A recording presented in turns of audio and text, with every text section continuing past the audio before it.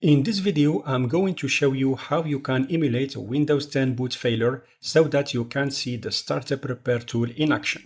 The first thing to do is to restart the Windows 10 VM into the recovery mode. Click on the Startup button, then on the Power button. Press the Shift key while you click on the Restart button.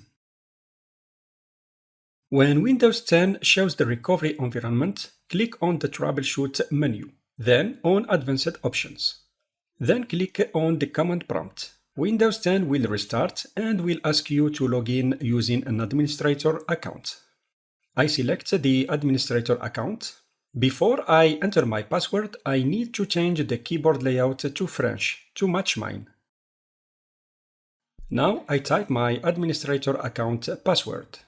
You have to know that when Windows 10 starts in the recovery mode, it will affect the C drive ladder to the reserved partition that hosts the recovery operating system. The Windows 10 boot drive will have another drive ladder. To identify your Windows 10 drive ladder, use the bcdedit command.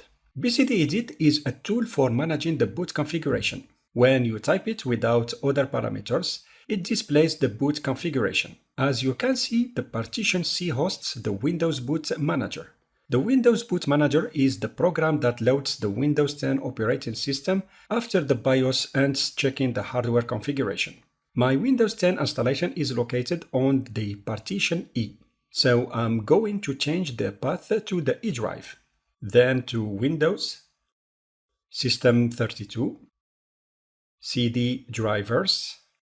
Now I'm going to rename the fvvol.sys to fvvol.sys.back. By doing so, I prevent Windows from loading this file, and hence it will consider it as missed or corrupted.